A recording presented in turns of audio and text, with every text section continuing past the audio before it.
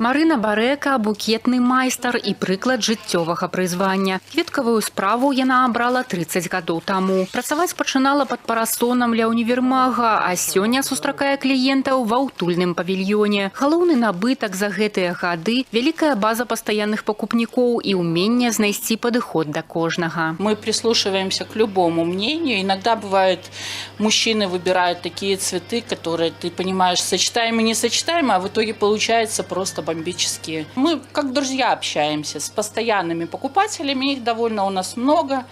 И вы понимаете, это работа, которой я могу похвастаться. Я прихожу сюда каждый день на работу, и мне нравится моя работа, и я иду с настроением сюда, потому что она приносит мне позитив, сплошной позитив.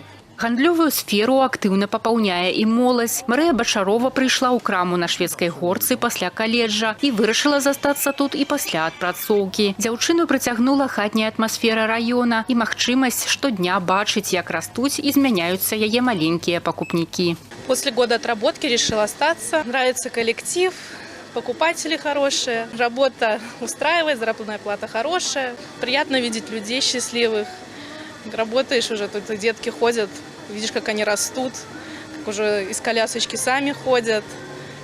Приятно за этим смотреть, даже как люди другие живут. Сёння ў сферы гандлю Гомельшчыны заняты больш за 43 тысячы чалавек. Штодзённая праца гэтых спецыялістаў дазваляе забяспечваць патрэбы кожнага жыхара рэгіёна і зрабіць наша жыццё больш комфортным. Работа по насыщению продуктовыми и непродовольственными товарами торговых объектов Гомельской области ведется на постоянной основе. Ассортимент обеспечивается.